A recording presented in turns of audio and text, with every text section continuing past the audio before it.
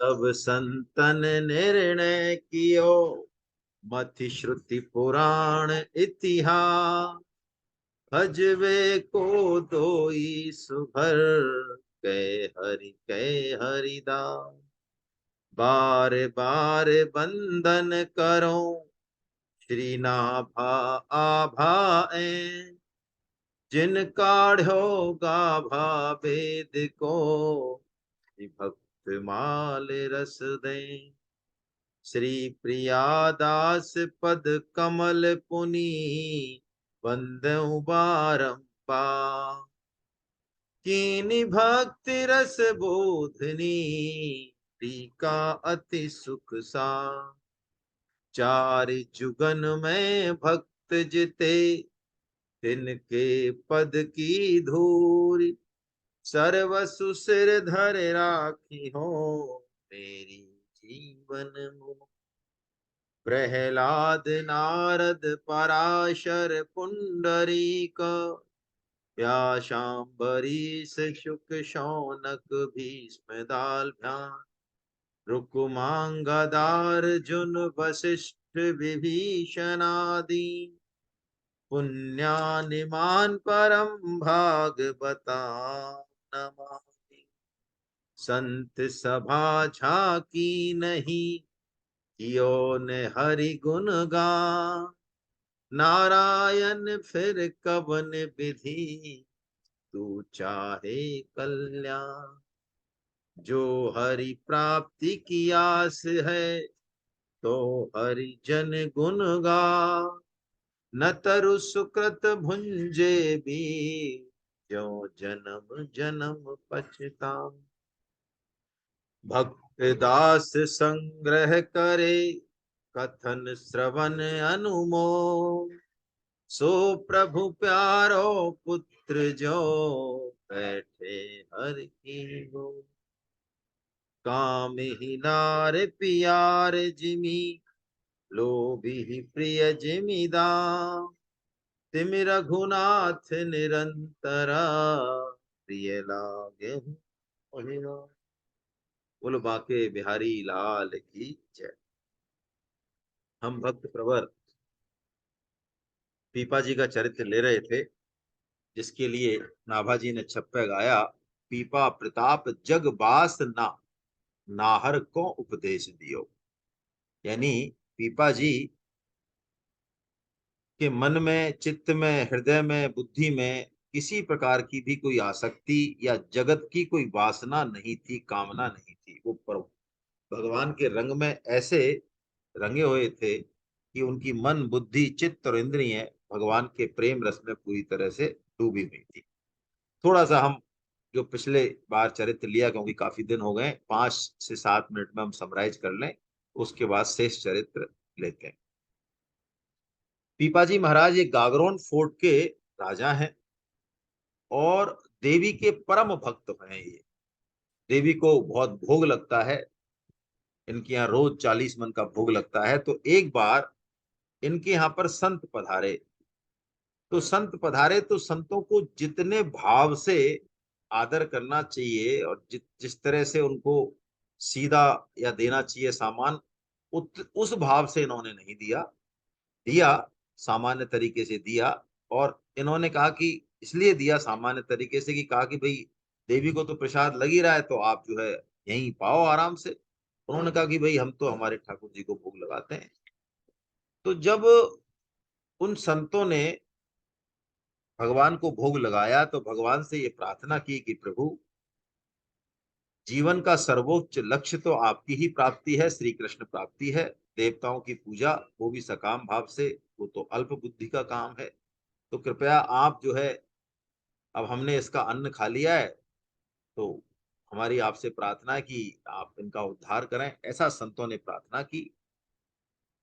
उस प्रार्थना के फलस्वरूप उस दिन क्या हुआ कि देवी की पूजा में, बलि में जो पशु हिंसा राजा के द्वारा होती थी, वो सारे पशु जो अलग अलग योनियों में थे, प्रेत योनियों में थे, वो राजा को उस दिन स्वप्न में दिखाई दिए। एक ऐसा प्रेत था जो लड़ाई लड़ने लग गया राजा से और उसको पटक दिया उसने। तो राजा ने देवी का ध्यान किया कि भाई मेरे ऊपर बड़ी विपदा आई है। तो देवी ने फिर, जब देवी प्रकट हुई, तो राजा ने कहा कि भाई ये इन दुखों से मेरे को मुक्त करो, ये क्या है। तो देवी ने कहा कि भाई मेरी पार नहीं पड़ेगी इनसे, और जीव को मुक्ति का अधिकार तो केवल भगवान के पास है, मेरे पास नहीं। ये देवी ने बहुत साफ साफ कह दिया। तो जब उन्होंने ये बात सुनी, तो उन्होंने सोचा कि अब मुझे भगवान का जो है भजन करना चाहिए। तो भगवान का भजन करने के लिए गुरु की आवश्यकता हुई। तो देवी ने ही उनको बताया कि तुम काशी में रामानंदाचार्य जी महाराज जो है विराजमान हैं, भगवान श्री राम के ही अवतार हैं, आप उनके पास चले जाओ। तो देवी की बात मानकर, और पीपा जी जो है, इनका रावल बप्पा नाम है, पीपा जी तो नहीं पड़ा है, पीपा जी नाम बाद में पड़ा है। तो ये रामानंदाचार्य जी महाराज के यहाँ पहुंच गए काशी में, और उनकी कुटिया के आगे खड़े हो गए। सुबह से शाम तक खड़े रहे। तो इनका भाव इतना प्रबल था कि रामानंदाचार्य जी जो कभी भी कुटिया से बाहर नहीं निकलते थे, तो उन्होंने जवाब भिजवाया। इन्होंने कहा कि भाई गागरोन फोर्ट के मालिक हम राजा खड़े हैं, आप हमें दर्शन दो, शरण में लो। तो अंदर से रामानंदाचार्य जी महाराज ने कहलाया कि भाई हमारा राजाओं से क्या लेना देना, हम फकीर हैं, हम संत हैं, हमारा राजाओं से क्या लेना देना, हमें राजाओं से क्या प्रयोजन है। तो इन्होंने तुरंत जो है सेवक को कहा कि आज से मैंने राज्य त्याग दिया, इसी क्षण से अब मैं राजा नहीं रहा, अब मैं एक सामान्य आदमी हूं और आपके शरणागत हूं, अब मेरे को स्वीकार करो। सेवक ने जब ये पूछा, तो स्वामी जी पहचान गए कि भाई कोई समर्थ जीव है, कोई योग्य जीव है। तो अंदर से आवाज आई, स्वामी जी ने आदेश दिया इनको कि कुएं में गिर पड़ो। तो देखो ये दो इसमें संकेत छुपे हुए हैं कि जीव को बंधन में डालने वाली दो चीजें हैं, जिसको अहमता और ममता कहा गीता में, या उसी को ऐसा कह लें आप कि देहासक्ति और गेहासक्ति कहा है। गेहासक्ति मतलब हमारे घर में, पत्नी में, पति में, बच्चों में, ये जो ममता है, ये है घर में, शरीर में जो आसक्ति है, एक तो ये बंधन है सबसे बड़ा, और एक देहासक्ति है, मैं शरीर हूं, शरीर का मालिक हूं, ये देहासक्ति। ये दो आसक्ति जब हटती हैं, तब जाके जीव के कल्याण का रास्ता खुलता है, तब सदगुरु मिलते हैं, तब भगवान मिलते हैं। तो पीपा जी ने जो है दोनों ही रास्ते, दोनों ही बाधाएं पार कर ली, राज्य छोड़ दिया झटके से, और कुएं में गिर पड़ो तो दौड़े कुएं की तरफ। तो जो है देहासक्ति भी मतलब एक तरह से उन्होंने जीत लिया, गुरु के आदेश पे देह को भी खत्म करने चल दिए। तो प्रसन्न हो गए रामानंदाचार्य जी महाराज, और उनको दीक्षा दे दी, और दीक्षा देके कहा कि अब ऐसा है, तुम्हारा राज्य और तुम्हारी रानी जो अब हमारी, हमको समर्पण की थी तुमने, अब हम तुमको वापस देते हैं। अब तुम वापस जाओ गागरों, और अब तुम्हारी तो है नहीं, तुम हमारे सेवक बन के काम करो, और 1 साल तक तुम यदि भगवान की अच्छी तरह से सेवा करोगे, सरस सेवा करोगे, तो हम आएंगे तुम्हारे पास। जाओ, यही आज्ञा दी उनको। ये आज्ञा नहीं दी कि यहीं सन्यासी बन जाओ ना, यही होता है। उद्धव जी, भगवान श्री कृष्ण जब स्वधाम गमन कर रहे थे, तो उद्धव जी ने कहा कि महाराज आपके बिना मैं रह नहीं सकता हूँ, आपका सखा हूं, बचपन से आपके साथ खेला हूं, मुझे आप अपने साथ ले चलो, आपका वियोग मैं सहन नहीं कर पाऊंगा।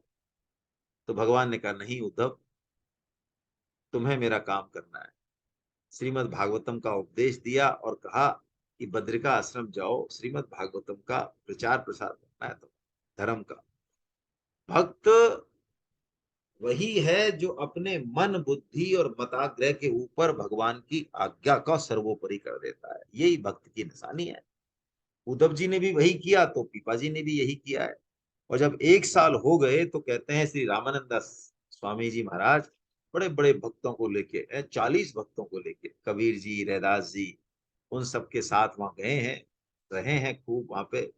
और जो उनका प्रेम देखा उन्होंने वहां, पीपा जी का, उनका जो रहनी करनी देखी, जिस तपस्या से, संयम से वो रह रहे थे, तो उन्होंने एक बड़ी अच्छी बात कही, ये हमारे समझने लायक चीज है।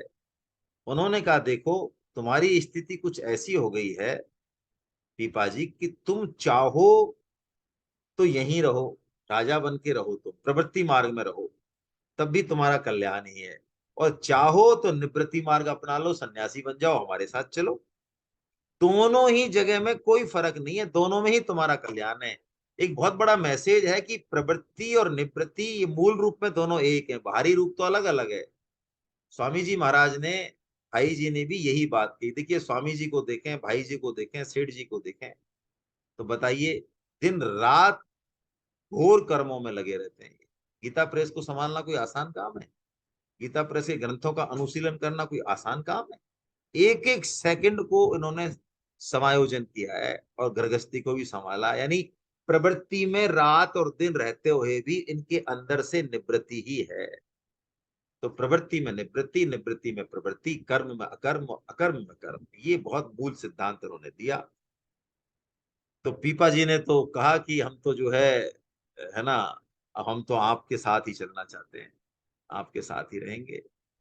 तो जब साथ चलने लगे तो इनके 20 रानियां थी। तो 20 रानी भी जो है साथ चलती कि हम भी आपके बिना क्या करेंगे।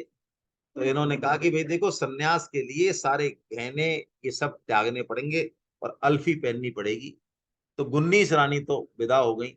उन्होंने कहा भाई ये वस्त्र, ऐसे वस्त्र, ये तो हमें बड़ी लाज आ रही है इन वस्त्रों में, तो आप तो जो छोटी छोटी रानी थी, सीता सहचरी जिनका नाम हुआ बाद में, उन्होंने जो है वो अल्फी पहन ली। और उसकी, क्योंकि उसको ले जाना नहीं चाहते थे, कौन, पीपा जी। 30 साल के पीपा जी हैं, 15 साल की सीता सहचरी हैं। जो युवा अवस्था है, युवा अवस्था में तरुण और तरुणी में एक विशेष आकर्षण रहता ही है।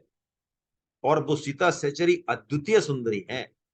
उसके बाद भी ऐसा रंग चढ़ा है भगवान के रस का, प्रेम का, कि पीपा जी सीता सहचरी को अपने साथ ले जाना नहीं चाहते। तो उनकी और अग्नि परीक्षा और कठोर परीक्षा लेने के लिए उन्होंने कहा सीता सहचरी से कि भाई ये वस्त्र भी नहीं चलेगा, सन्यासी के लिए एक वस्त्र ही काफी है। तो सीता सहचरी जैसे ही अपना ऊपर का वस्त्र हटाने लगी, तो स्वामी जी को दया आ गई। उन्होंने आज्ञा दी पीपा जी को कि नहीं, इनको साथ लेके चलो, और स्त्री का जो है आभूषण है, और ये सती स्त्री है।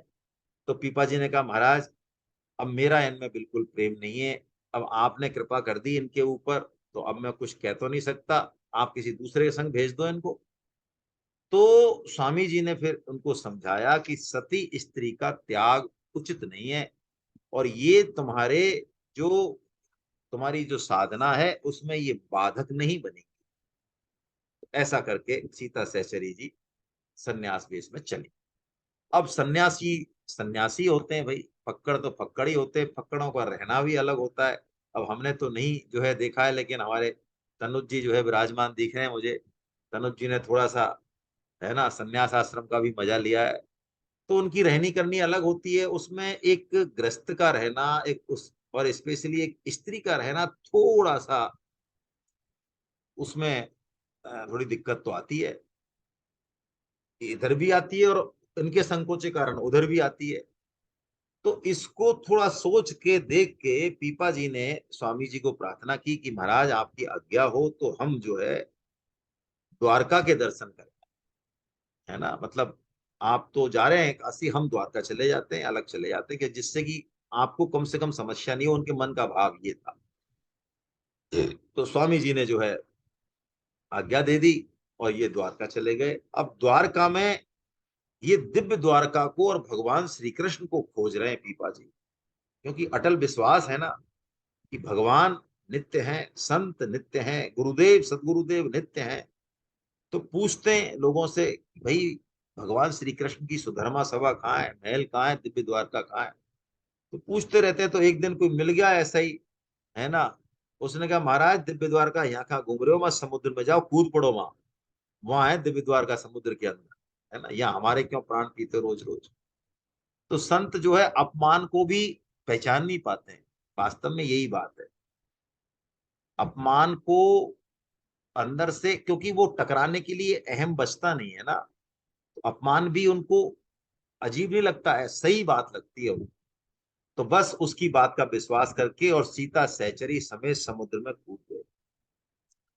समुद्र में कूद गए तो जब डूबने लगे तो भगवान तो वही कन कन में है, नित्य देश काल परिस्थिति में है। तो भगवान ने अपने सेवकों को भेजा, हैं। और वो जो दिव्य द्वारका जो हमें नहीं दिखती और आज किसी को नहीं दिखती, वो दिव्य द्वारका वहां उनको मिली। भगवान ने 7 दिन उनको बड़े प्रेम से रखा है, दिव्य द्वारका के दर्शन कराएं, सुधर्मा सभा के दर्शन कराएं। और उनको कहा भगवान ने कि भाई अब आप जो है ना। तो उन्होंने कहा महाराज आप कहाँ, आप हमको भेज रहे हो, इतना बड़ा आनंद आ रहा है रोज रुक्मणी जी और आपकी जो है, हम तो व्यंजन खा रहे हैं। और भगवान ने कहा भाई देखो, अब भक्त का काम, भगवान को पुजवाता कौन है, भक्ति तो पुजवाते हैं। भगवान की महिमा बताने वाले संत ही तो हैं, वरना कौन जाने। तो आप जाइए।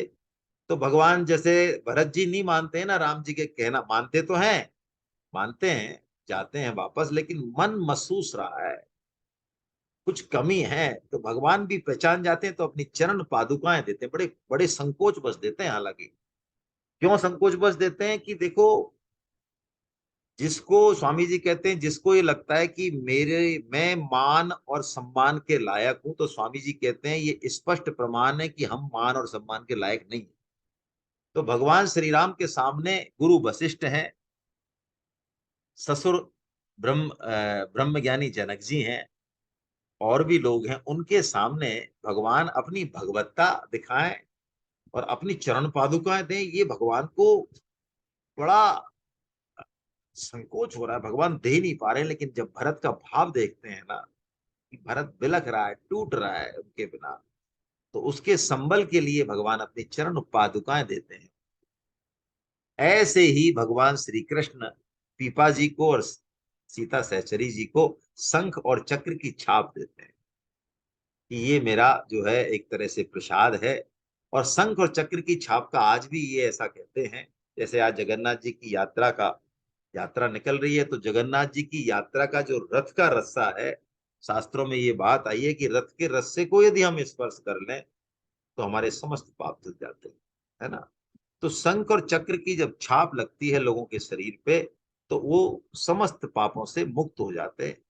तो उन्होंने शंख और चक्र की छाप दी लोगों को, और बाद में वो पुजारियों को दी, जो आज भी विराजमान है। तो पुजारियों को दे दी। तो शंख चक्र की छाप संत भी लगाते हैं, आमजन भी लगाते हैं बढ़ चढ़ के। तो एक बहुत बड़े भक्त हैं, कौन, श्री चीधड़ जी, उनके यहाँ भी संत सेवा होती है। तो जब संत आते हैं द्वारका की तरफ से और चिदर जी के गांव में रुकते हैं, तो शंख और चक्र की छाप देखते हैं वो। तो चिदर जी पूछते हैं कि भैया ये शंख और चक्र की छाप तुम कहाँ से लगा के ला रहे हो। तो वो कहते हैं महाराज एक पीपा जी एक बहुत बड़े भक्त है कृष्ण के, ओहो क्या दिव्य दर्शन है उनके, भगवान साक्षात कृष्ण ही देखते हैं। और उनकी जो साथ में जो उनकी धर्म पत्नी है, वो साक्षात रुक्मणी है, इतनी सुंदर है, इतनी सेवा भावी है। उन्होंने भगवान के दर्शन किए और वो शंख चक्र की छाप लाए, वही हम लगवा के ला रहे हैं। तो चिदर जी के मन में आया कि भाई ऐसे भक्त के दर्शन तो हम भी करें भाई, हैं।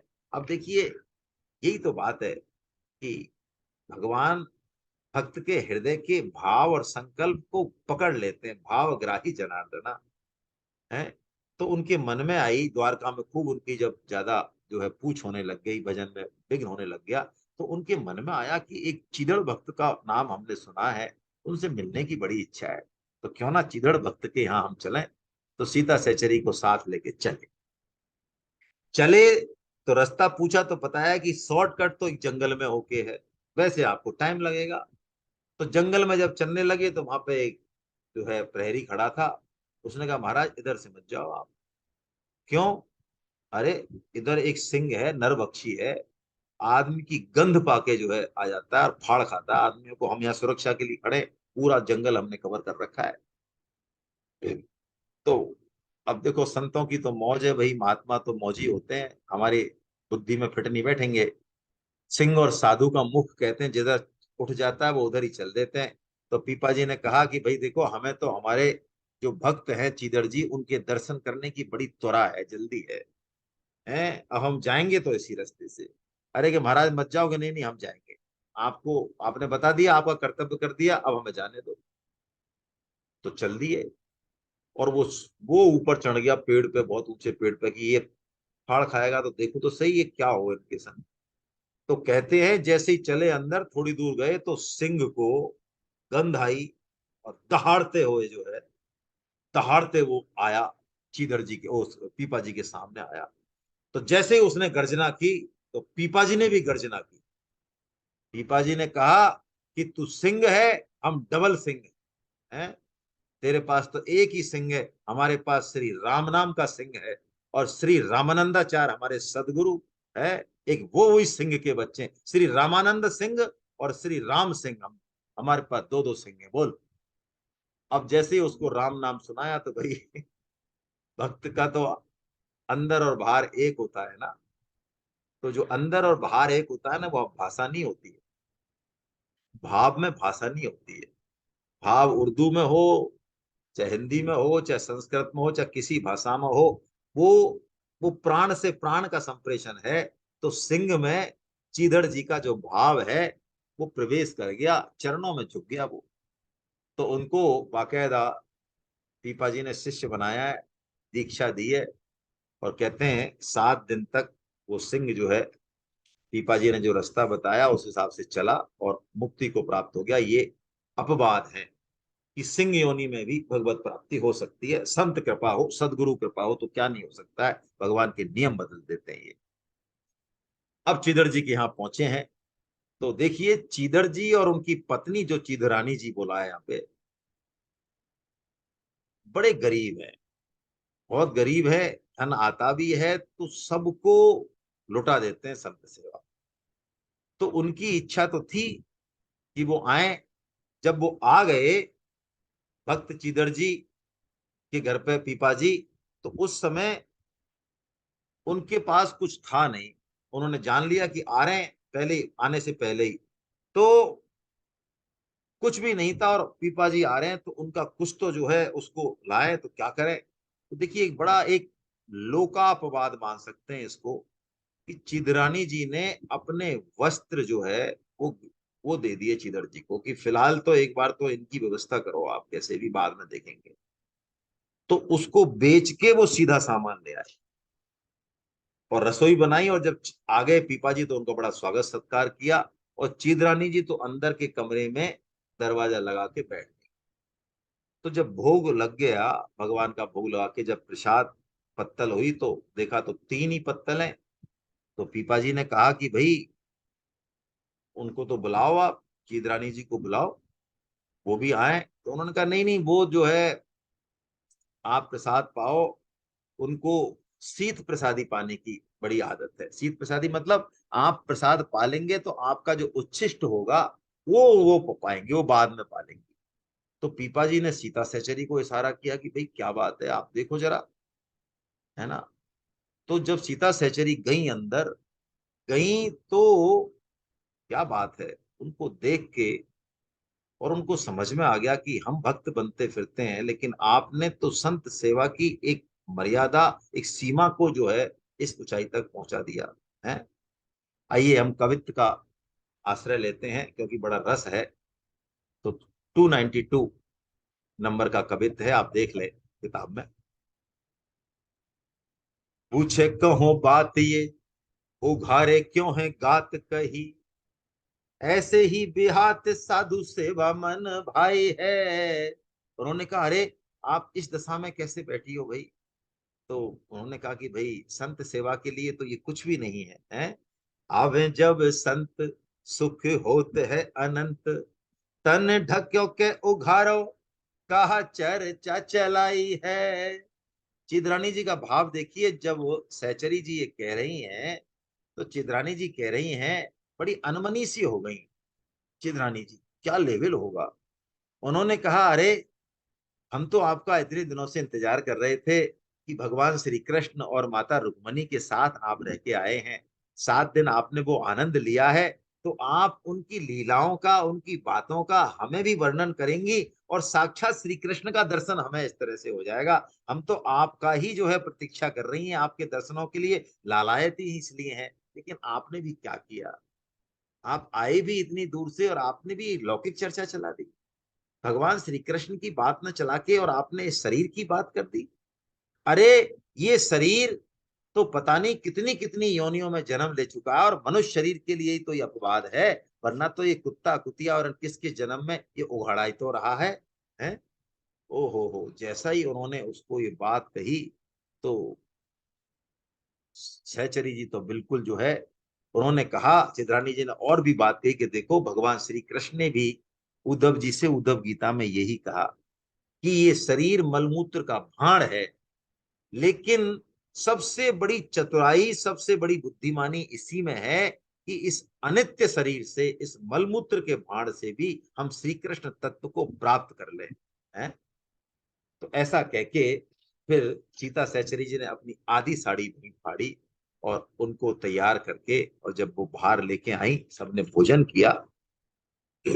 और रात में जब सीता सहचरी जी अपने पति की चरण सेवा कर रही थी, तो पीपा जी बोले कि जैसा आनंद हमको भगवान श्री कृष्ण के यहाँ पर आया प्रसाद में, रुक्मणी माता ने जो खिलाया, उससे भी एक नशा, एक अलग प्रेम का नशा जो है हमको आज का प्रसाद पाके हो रहा है। हमारे अंदर इतनी आनंद की हिलोरें उठ रही हैं, ये पता नहीं कैसे इतना अद्भुत जो है बात हो रही है आज हमारे साथ। तो सीता सहचरी ने फिर उनको बताया कि इन्होंने किस तरह की संत सेवा की है और इनका भाव कैसा है। जब उनकी ये बात सुनी तो पीपा जी उठ के खड़े हो गए, उनके नेत्रों से आंसू आ गए कि भाई हम तो नाम के ही भक्त हैं।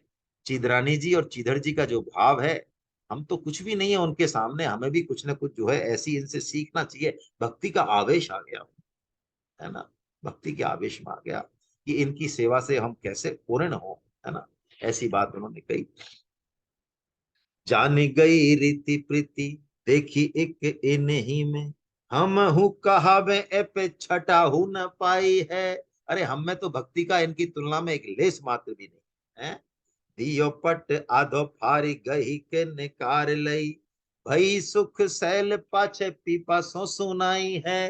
रात को उन्होंने पीपा जी को सुनाई है।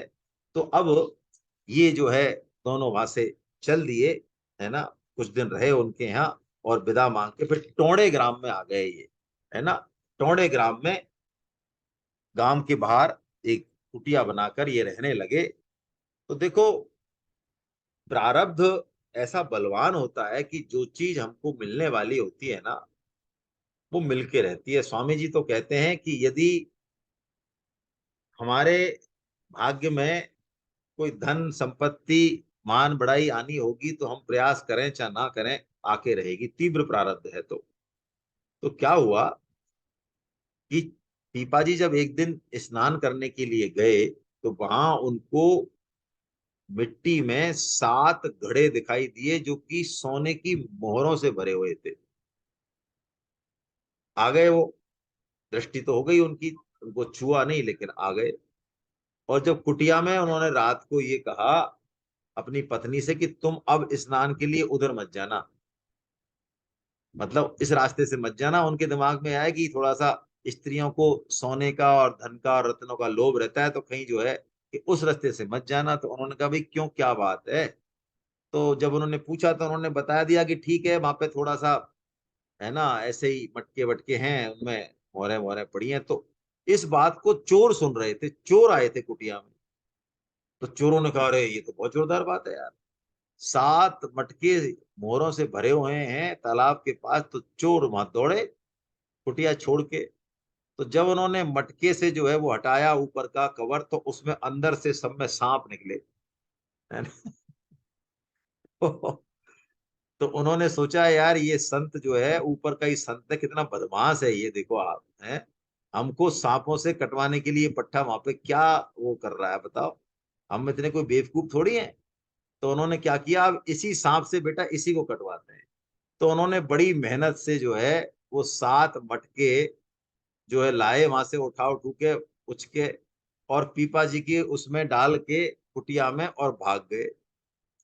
तो जब पीपा जी ने देखा, तो देखा तो वो 7 सोने की वो तो मोहरें थी, दृष्टि का ही तो फर्क है। 720 मोहरें थी वो, 720, और एक मोहर जो है 5 तोले की थी। बोलो कितना सोना है ये। अब उन्होंने कहा ये क्या फफूंद आ गई भाई हमारे पास है, लेकिन चलो अब आ गई, ठाकुर जी ने भेजी है, क्या करें, कभी घी घना तो कभी मुट्ठी भर चना और कभी वह भी मना। संत के तो यही चलता है। संत कहते हैं, एक वो स्वामी जी की एक बात याद आ गई। स्वामी जी कहते हैं संतों का ऐसा फक्कड़पना होता है हम सोच नहीं सकते। कि एक संत थे कि हम उनसे बात कर रहे थे कि महाराज आप मांगते तो हो नहीं किसी से, कोई सामने रख देता है तो ही पाते हो, ये भी नहीं कहते हो मेरे को भूख लगी है। तो आपको खाना मिल जाता है, प्रसाद मिल जाता है कि मिल जाता है। कि कभी नहीं मिलता है तो क्या करते हो? तो कभी नहीं मिलता है तो हम हवा हवा खा लेते हैं, है ना। हवा खाने का मतलब, अरे वायु पी लेते हैं, वायु पी के ही उनकी भूख मिट जाती है, ऐसा यौगिक क्रिया होती है। तो ऐसे ही जो है, पीपा जी ने कहा कि अब इसका करें क्या। तो पीपा जी ने फिर संत भंडारा किया, लगातार संतों का भंडारा किया, और खूब दान दक्षिणा और खूब, और 2-4 दिन में ही जो है बड़ा बड़ा विशाल भंडारा करके और सारा धन जो है 3 दिन में उन्होंने खत्म कर दिया। तो टोंडे का जो राजा था, सूर्यमल सेन, उसने ये बात सुनी, तो वो दर्शन करने के लिए आया कि अरे यार ऐसे संत हैं इतने, तो दर्शन करने के लिए आया। तो उन्होंने कहा कि महाराज हमको भी आप दीक्षा दो। तो उन्होंने कहा देखो, आप दीक्षा तो तब दें जब पहले आप थोड़ा सा अपने मन को ठीक करो। कि क्या ठीक करें बताओ? कि ये सारा राज जो पीपा जी के साथ किया रामानंदाचार्य जी ने, वही की वही बात उन्होंने उनके साथ करी। उन्होंने कहा कि सारा राज्य और सारी रानी आप यहाँ हमको अर्पण कर दो, तब आपको हम दीक्षा दे सकते हैं, नहीं तो नहीं, इसके पहले दीक्षा नहीं देंगे। तो राजा ने जो है मान ली उनकी बात, सारा राज्य उनके कह दिया कि महाराज आपका, रानियों को भी ले आया। तो सबको उन्होंने मंत्र दीक्षा दी, और राज्य को रानियों को लौटा दिया, और कहा अब आप बिना ममता के, ममता मत रखना, मेरी आज्ञा से इनका पालन पोषण करना, ठीक है ना। अब एक दिन क्या हुआ कि जब वो गांव के बाहर रहने लगे, तो और जो ब्राह्मण थे, कुछ वहां के पंडित मौलवी इस तरह के थे, तो उनको बड़ी कि राजा भी इनका शिष्य बन गया यार, बताओ, और ये तो बड़ा गड़बड़ कर देंगे ये तो इनको कुछ ना कुछ, इनका कुछ किया जाए। तो एक बार क्या हुआ कि एक बंजारा यानी बैल का व्यापारी आया, बहुत बड़ा व्यापारी था, गांव में आया। तो उन लोगों ने उस बंजारे को बहका दिया। कैसे बहका दिया?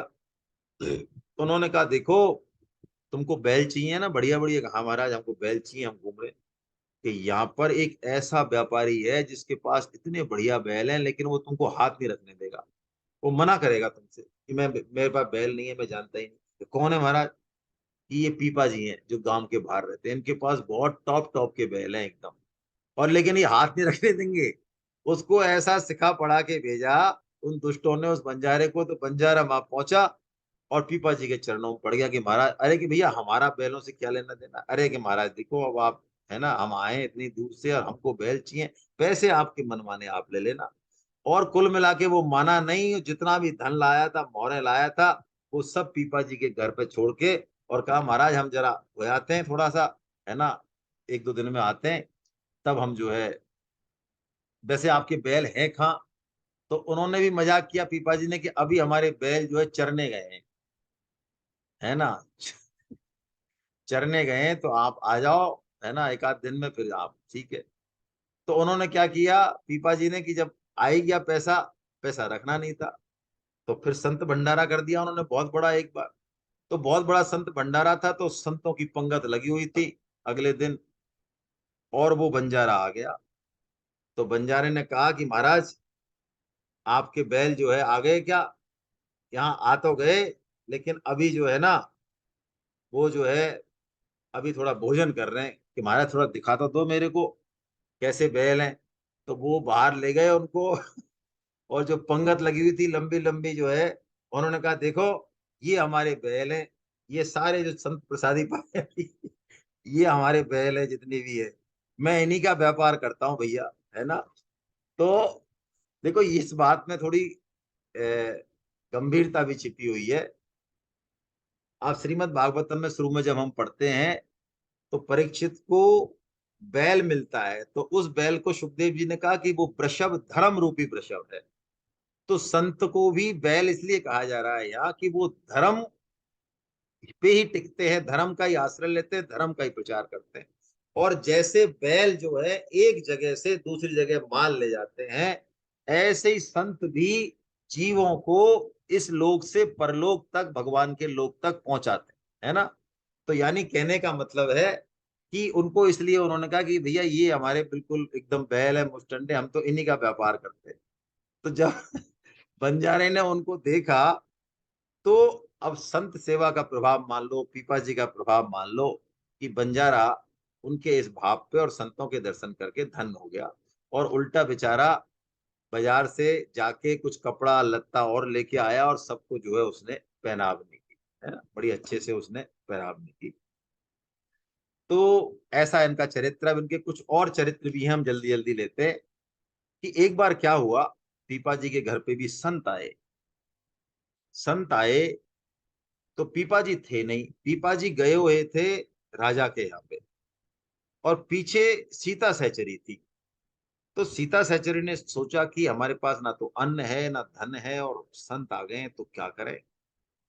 तो उस गांव में एक दुकानदार था, वो दुकानदार की नीयत थोड़ी खराब थी, लेकिन संत सेवा करनी है इसलिए इस बात को जानते समझते हुए भी सीता सहचरी जो है उस दुकानदार के पास पहुंच गई। तो दुकानदार बड़ा प्रसन्न हो गया कि जो हमसे सीधे मुंह बात नहीं करती, हमारी तरफ देखती नहीं है, आज वो हमारी दुकान पे आ गई। तो उसने जितना भी सामान मांगा सब दे दिया आराम से, और उससे कहा कि भाई सामान तो तुम ले जाओ, लेकिन तुमको रात को हमारे पास आना होगा। सीता सहचरी ने जो है हामी भरी और आ गई वो कुटी पर, और बढ़िया से उन्होंने भोजन बनाया। तो जब भोजन कर रहे थे महात्मा, तब जो है पीपा जी आए। पीपा जी बड़े प्रसन्न हुए कि तुमने इतनी बड़ी व्यवस्था बना दी, बड़े प्रसन्न हुए सीता सहचरी पर। और जब वो चले गए संत, तो उनसे पूछा कि भाई तुमने ये व्यवस्था कहाँ से करी, कैसे करी। तो उन्होंने कहा कि भाई मैं तो वो जो दुकानदार है, और तो उसी के पास जो है, और उसने मेरे को रात को आमंत्रण भी दिया है, निमंत्रण भी दिया है। ठीक है।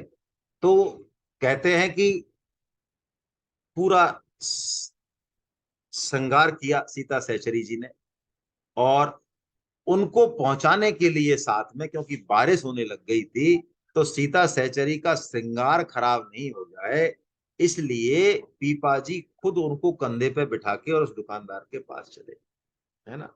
अब देखिए इस बीच हुआ क्या है कि सीता सहचरी के दर्शन किए उस दुकानदार ने, क्योंकि सीता सहचरी रुक्मणी जी का ही रूप है।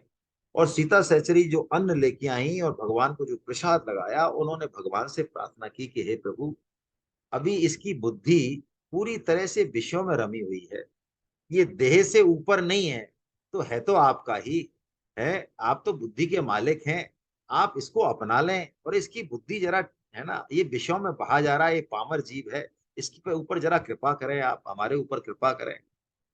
तो ये उन्होंने प्रार्थना की। तो जब चले वो पीपा जी चले, तो चले तो वो बाहर रुक गए, और सीता सहचरी जी को अंदर भेज दिया कि ठीक है, जो तुमने वायदा किया है वो पूरा करके आओ, और फिर अपन साथ चलते हैं। तो सीता सहचरी जब गई अंदर, तो उस दुकानदार की दृष्टि उस उनके मुख पर न पड़ के और उनके चरण पर पड़ी, और उसके मुख से, संत प्रभाव देखिए, उनके मुख से एक शब्द निकला कि माताजी आप यहाँ आई कैसे हैं। तो उन्होंने कहा हमारे स्वामी जी हमको लेके आए हैं। कि अरे कहाँ है वो, भारी होंगे, भारी बैठे होंगे। तो वो बाहर, क्योंकि उन्होंने देखा कि आपके चरण सूखे हैं, और बाहर तो कीचड़ होना है, कीचड़ हो रहा है, बारिश हो रही है, तो चरण कैसे सूखे हैं आपके, गंदे भी नहीं है, कीचड़ भी नहीं है। तो उन्होंने कहा हम तो उनके कंधे पे बैठ के वो लेके आए हमको, कि उनको। तब वो बाहर गए, और एकदम से वो दुकानदार पीपा जी के चरणों में गिर गया कि कृपा करो, रक्षा करो महाराज, रक्षा करो, हमारे पापों का, हमारे वासनाओं का कोई अंत नहीं है। तो पीपा जी ने कहा अरे महाराज, आप कर क्या रहे हो, आपने बिना कोई रुख का लिखाए, और जो है आपने बिना उसके जो है सीधा सामान दे दिया, इसलिए कोई दिक्कत नहीं है, आप जो है ना ऐसा, आपका जो वादा है वो पूरा करो। तो बहुत गिड़गिड़ाया वो, तब पीपा जी ने उस पर कृपा की, है ना, आंसुओं की धारा बह रही थी। और पीपा जी जो गए थे, पीपा जी जो राजा के पास गए थे, तो राजा के पास क्यों गए थे उसका भी जो है खोला है प्रियादास जी ने, कि वहां पर क्या था कि एक बड़ी अत्यंत सुंदर स्त्री थी, तो उसके दो पति, एक तो असली पति और एक नकली पति, लेकिन उसका रूप, उसका नाक नक्शा सब दोनों का एक जैसा, और दोनों ही उसको अपनी अपनी पत्नी बना बताएं। और राजा कोई न्याय नहीं कर पा रहा था, तो पीपा जी को बुलाया था। तो पीपा जी ने उनसे पूछताछ करी तो सब एक दूसरे की सारी बातें बता रहे थे। तो पीपा जी थे, वो समझ गए कि ये कोई ना कोई प्रेत है जो अपनी कामना को तुष्ट करना चाह रहा है। तो उन्होंने फिर एक शर्त रखी कि देखो भाई, ऐसा है, हम जो है नहीं पहचान पा रहे हैं, अब हम एक तुमको चांस देते हैं। क्या? वो बोतल मंगाई उन्होंने कि इस बोतल में जो घुस जाएगा और 1 घंटे तक रहेगा, उसी की पत्नी हम उसके नाम कर देंगे। तो जो असली पति था वो तो बुक्का फाड़ के रोने लग गया कि महाराज कर क्या रहे हो ये, है ना, अरे हम बोतल में कैसे घुसेंगे इसमें, है ना, पत्नी हमारी है। तो वो कह रहा है नहीं नहीं, पत्नी हमारी है, तू रोता है फालतू, है ना, हम घुस के बताएंगे। तो वो प्रेत उसमें घुस गया। उन्होंने ऊपर से जो है ढक्कन लगा दिया और कीलक कर दिया। तो ऐसा करके तो वो घर आए। तो घर आए तो फिर ये बात हो गई। तो ये बात हुई, तो ये बात जब राजा को पता चली, राजा को भर दिया, कान भर दिए ब्राह्मणों ने कि महाराज, आप संत कहते हो, आप गुरु कहते हो जिनको, बोलो अपनी पत्नी को कंधे पे बिठा के, और जिसको पता है कि कहाँ ले जा रहा हूं, क्या होने वाला है, ये कोई ये कोई धर्म और मर्यादा के अनुकूल है क्या? ये कोई संतों के अनुकूल काम है क्या? ये आप सोचो तो सही, इससे कितना अनाचार फैलेगा, कितना गलत मैसेज जाएगा। ऐसे कह के और उसकी बुद्धि भ्रष्ट कर दी राजा की। तो जब इनको पता चला तो उन्होंने कहा भाई, राजा की बुद्धि भ्रष्ट हो गई और हमारे प्रति उसका भाव नहीं रहा, तो हमको चलना तो चाहिए। राजा, क्योंकि राजा को हमने शिष्य बना लिया ना, शरणागत हो गया, तो अब उसका पतन होगा तो जिम्मेदारी हमारी होगी। तो गए दरबानों ने अंदर, पहले तो डायरेक्ट एंट्री थी, दरबानों ने रोक दिया, उन्होंने कहा अंदर पूछो भाई, कहो हम आए। तो पूछा तो राजा ने कहा कि कह दो उनको हम पूजा कर रहे हैं, बाद में आना, पूजा पूजा में बैठे हैं, भगवान की पूजा में। तो उन्होंने कहा कि महाराज, वो तो पूजा में बैठे हैं, अभी तो पता नहीं घंटा लगेगा, 6 घंटा लगेंगे, कुछ पता नहीं है। तो पीपा जी ने कहा तुम्हारा राजा बड़ा मूर्ख है। अरे वो काय की पूजा कर रहा है, वो तो मोची की दुकान पे बैठ के जूते गांठ रहा है। पूजा कर रहे हैं, अरे हम कह रहे हैं ना, वो मोची की दुकान पे जाके जूते गांठ रहा है। पुराने जमाने में कोई शूद्र वर्ण का था, वो पुरानी संस्कार हावी हो रहे हैं उस पर। तो उन दरबानों ने अंदर जाके कहा कि महाराज, वो तो ऐसे कह रहे हैं, और वास्तव में राजा जो है पूजा घर में बैठ के और मोची की दुकान पे जाके मन से जूते ही गांठ रहा था, है ना। तो वो दौड़ के आया अंदर और उनके चरणों में गिरा। उन्होंने कहा क्यों रे, हम गुरु जो है यहाँ खड़े रहे और तुम जूता गांठते रहो वहां पे, ये कोई न्याय है क्या? तब उन्होंने कहा महाराज क्षमा करो आप मेरे को, ऐसे कह के थोड़ा सा उनको ठीक किया। अब एक दिन क्या हुआ कि एक चरित्र और है कि पीपा जी के पास एक बार साधु संत आए। तो शीत प्रसादी तो बन गई, जो सॉरी प्रसादी बन गई, तो उन्होंने फिर संतों ने कहा कि महाराज दही और हो तो मजा आ जाए। अब पीपा जी का जितना सामान था वो सब खर्च हो गया, अब दही कहाँ से लाए? अब इतने में ही दही मंगाया, दही लाना जरूरी, तो इतने में एक ग्वालिन आ गई वहां से, दही बेचती दही बेचती। तो पीपा जी पहुंचे बाहर और हाथ जोड़ के कहा कि देख भाई, जितना भी दही है वो मुझे दे दे। तो उन्होंने कहा महाराज, पैसा की पैसा मेरे पास नहीं है ना, पैसे मेरे पास नहीं है, लेकिन तुम ये मान लो कि मेरे पास आज जो भी भेंट आएगी वो सब तुम्हारी है ना, पैसे नहीं है लेकिन तुम दही दे दो मेरे कहने से, और नहीं आए पैसे तो महाराज, तो ऐसा मान लेना कि तुम्हारा दही जो है वो संत सेवा में भेंट चढ़ गया, भाई नुकसान में नहीं रहोगी। तो ग्वालन के बात समझ में आ गई, उन्होंने कहा ठीक है महाराज, ले जाओ आप दही, जब आप ऐसे ही कह रहे हो। तो दही पिला पवाया साधुओं को। उसी समय पीपा जी का एक शिष्य आया जो बड़ा धनवान था, और उसने पीपा जी को एक बहुत मोतियों की माला, जो बड़ी लाखों की माला थी, और खूब सारा धन जो है उनको भेंट किया पीपा जी को। तो पीपा जी ने जैसा कि वादा किया था, ये नहीं कि भाई दही का क्या भाव है और मोतियों की माला क्या है, वो मोतियों की माला और जो है वो सब धन जो है ग्वालिन को भेंट कर दिया। तो ग्वालिन ने कहा महाराज, ये तो है ना, देखो जो सरल आदमी होते हैं, तो ग्वालिन ने कहा, ग्वालिन के हालत खराब हो गई, वो ले तो गई और उसको नींद नहीं आवे रात को कि इतना सारा धन और इतने सारे हम मोतियों की माला का करेंगे क्या। उसका सारा चैन हराम हो गया। तो अगले दिन आ गई वो, महाराज हमको नहीं चाहिए ये, क्यों? हमको तो हमारे दही के पैसे दे दो, ये हमारी पालनी पड़े इससे। हमारा तो सारा तो कुल मिला के उसने जो है नहीं कि भाई अब हम नहीं लेंगे, ये तो आपका ही है, कि महाराज मैं तो नहीं रखूंगी, कि नहीं है तो आपका ही, तो संत सेवा में खर्च कर दो। कहा ये ठीक है। तो कहते हैं संत सेवा में खर्च किया, और उसको जो है फिर वो शिष्य ही बन गई उनकी। एक छोटा सा चरित्र और है, चरित्र तो बहुत है, एक छोटा सा चरित्र और है। एक बार क्या हुआ कि एक पीपा जी स्नान कर रहे थे सरोवर पर, तो एक ब्राह्मण आया, और वो ब्राह्मण क्या था कि खेती करता था। तो ब्राह्मण आया कि महाराज मेरी खेती अभी पूरी हुई नहीं है, और मेरा एक ही बैल था और वो बैल मर गया। अच्छा, तो हमको एक बैल दो महाराज। तो पीपा जी ने कहा भैया हमारे पास बैल कहाँ है, बताओ हम बैल कहाँ से दें। तो महाराज कोई हमारी व्यवस्था करो आप।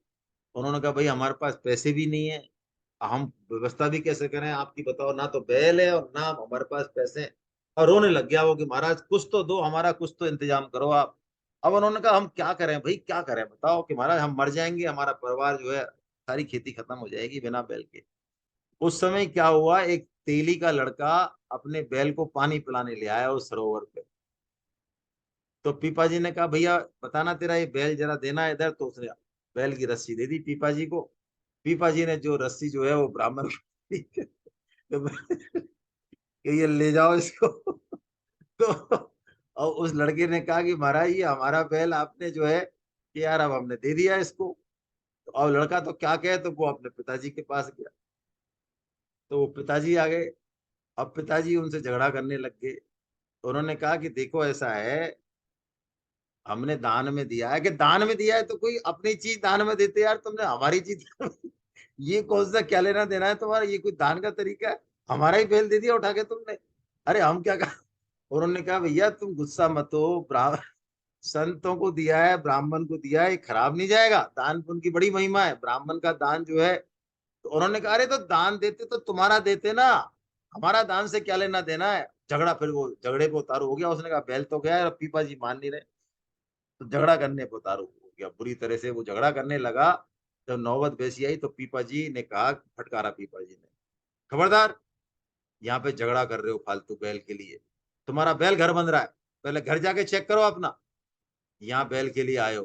तो महाराज हम तो यहाँ लाए, अरे हम कह रहे हैं ना, तुम बैल घर पे देखो, घर पे नहीं मिले तो हमसे झगड़ा करना। तो कहते हो वास्तव में जब घर गया तेली, तो वहां पे बैल जो है एज इट इज। तो फिर अब पीपा जी की महिमा को देख के वो तो वापस आया, और जो है चरणों में गिर गया कि महाराज ये तो हमसे गलती हो गई है ना, आप तो बड़े चमत्कारी हो, कहाँ बैल के चक्कर में हम झगड़ लिए आपसे। तो ऐसे पीपा जी के बहुत सारे चरित्र हैं, बहुत हैं, इसमें काफी सारे चरित्र हैं। लेकिन हम जो है, समय कितना हो गया कुछ लें क्या, समय हो गया है, इसलिए ज्यादा चरित्र नहीं ले पाएंगे। एक दो और ले लेते हैं, चलो कोई अच्छा सा दिखता है तो।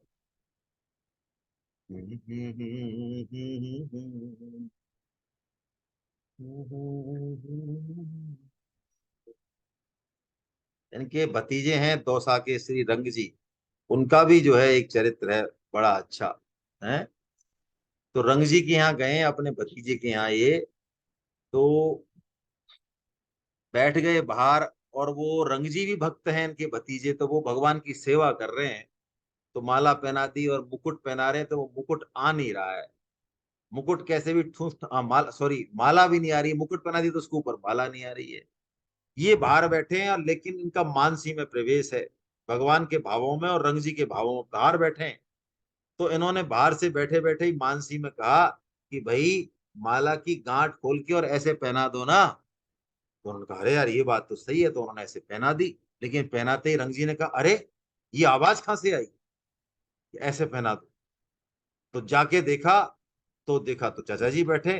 तो चाचा जी को कहा कि अरे आपने ये बात जो है, तो वो तो पहचान गए कि ये तो आप तो बहुत तगड़े हो, इसका मतलब बताओ, मैं भगवान की सेवा में था घंटे 2 घंटे, वो भी भक्त थे। तो उन्होंने कहा कि भाई देखो ये भगवान की कृपा है, भगवान जैसी शक्ति जिसको देते हैं वैसा ही दे देते हैं। तो रंग जी के साथ वहां पर रहे कुछ दिन।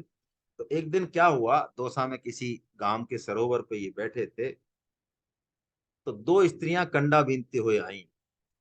और कंडा बीनते हुई, अब कंडा जो बीनती हैं, गोबर बीनती हैं ना, आपने देखा होगा गाँवों में, गोबर बीनती हैं, हम जो काम करते हैं छोटा मोटा, तो हमारी पूरी आसक्ति उसी में ही रहती है। गोबर के लिए लड़ती है वो कंडा बीनने वाली स्त्रियां, है ना, गाँव में आपने देखा होगा। तो इनका मन आ गया ऐसे ही कि अरे देखो ये मानव शरीर पाके और किस तुच्छ शरीर, तुच्छ चीज के लिए ये समय खराब कर रही हैं। तो उन्होंने उन दोनों स्त्रियों को बुलाया। बुलाया तो रंगजी को अच्छा नहीं लगा, इनके भतीजे को, जो भक्त थे वो भी। उन्होंने कहा कि संत तो पराई स्त्री का मुंह नहीं देखते, और आप जो है इनको दोनों स्त्रियों को आगे से बुला रहे हो, है ना। मतलब कहानी मन में सोचा कि यार ये कैसे साधु संत है। अभी तो भाव बना था मानसी सेवा को देख के, और अभी इस चीज को देख के भाव बिगड़ गया कि बताओ ये जो है जवान स्त्रियों को और आगे से बुला रहे हैं और उनसे वार्तालाप कर रहे हैं। तो पीपा जी ने उसका भाव जान के कहा कि देखो, भाइयों को तो उन्होंने समझा दिया और भगवान की तरफ उन्मुख किया और बताया कि ये शरीर मिला है तो तुम भजन करो, इस 2 कौड़ी के गोबर के लिए इस देव दुर्लभ मानव तन को खराब मत करो, है ना। ये काम तो करो तुम, लेकिन भजन करो साथ में। तब इन्होंने रंग जी को कहा कि भाई देखो, वास्तव में किसी को इस तरह से बुलाना स्त्रियों को विशेषकर गलत है, और स्वार्थवश बुलाना गलत है, लेकिन परमार्थ के दान के लिए, अभय दान के लिए बुलाना कतई अनुचित नहीं है, उसके लिए तो जरूर जो है बुलाना चाहिए, ऐसा कह के उनका इन्होंने समाधान किया है ना। ऐसे इनके काफी चरित्र हैं। बस आज इतना ही। अगली बार हम धन्ना जी का चरित्र लेंगे, बड़ा प्यारा चरित्र है, ये भी राजस्थान का ही चरित्र है। टोंक, टोंक जिले के हैं धन्ना जी, आपने सुना भी होगा। ये भी भगवान के बड़े विशेष भक्त हैं, और भगवान कैसे इनके साथ आनंद से खेलते हैं, कैसे इनकी खेती करते हैं, वो बड़ी देखने की बात है। तो कल धन्ना जी का चरित्र लेंगे। आज बस पीपा जी का चरित्र इतना ही, समय हो गया। हरे कृष्णा हरे कृष्णा हरे कृष्णा हरे कृष्णा हरे कृष्णा हरे कृष्णा।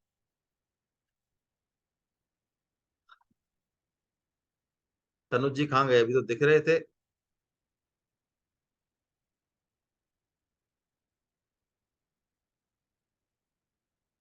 जेएमएल गुप्ता साहब को प्रणाम करता हूँ। प्रणाम सर। हरे कृष्णा हरे कृष्णा हरे अरे, कृष्णा। बहुत तनुज दिनों, जी को लाए थे, चले गए क्या वापस? शायद अभी अभी अभी अभी गए दिखते हैं वो। उनको मालूम है कि आप अंत में बुलाओगे उनको। चलिए, अच्छा लगा। मैंने उनको कहा था आना आप भक्तमाल में, संतोष जी को। चलिए साहब, कल मिलते हैं, फिर कीर्तन कर लेते हैं थोड़ी देर।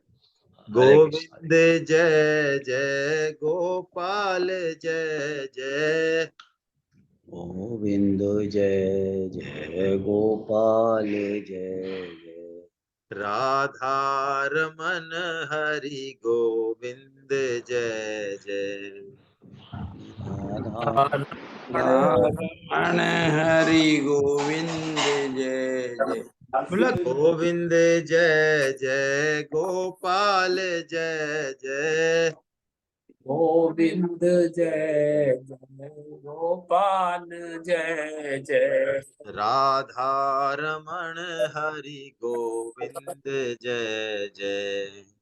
राधा रमण हरि गोविंद जय जय। श्री राधा रमण हरि गोविंद जय जय। श्री राधा रमण हरि गोविंद जय नाम जय। संकीर्तनम यस्य नाम संकीर्तनम यस्य सर्व पाप प्रणाशनम, सर्व पाप प्रणाशनम। प्रणामो दुःख समनस्तम नमामि हरिं परम। प्रणामो दुख समनस्तम नमामि हरि परम। बोलो वृंदावन बिहारी लाल की, बोलो जय बांके बिहारी लाल की, बोलो राधा जय गोविंद देव सरकार की, अर्जुन के जय सखा भगवान श्री कृष्ण की, मीरा के जय गिरधर नागर की, सूर के जय वंशनाथ की, बृषभानु जय सुता राधा रानी की, मर्यादा जय पुरुषोत्तम भगवान श्री राम की, जय जानकी माता की, गौ माता की, धरती जय माता की, श्रीमद् भागवत महापुराण की, जय हो श्री श्री भक्तमाल की, जय हो तक संजीवनी की, जय हो संतों की, जय हो भक्तों की, अनंत कोटि वैष्णव वृंद की, जय हो आज के आनंद की जय हो। जय हरि बोल हरि बोल। जय जगन्नाथ। आज जगन्नाथ जी की यात्रा भी निकली है, जी जयपुर जय में भी निकली है काफी, और आप में से कई लोगों ने भाग भी लिया है। बहुत बढ़िया। जय जगन्नाथ, जय जगन्नाथ। कल हम मिलते हैं। हरे कृष्ण।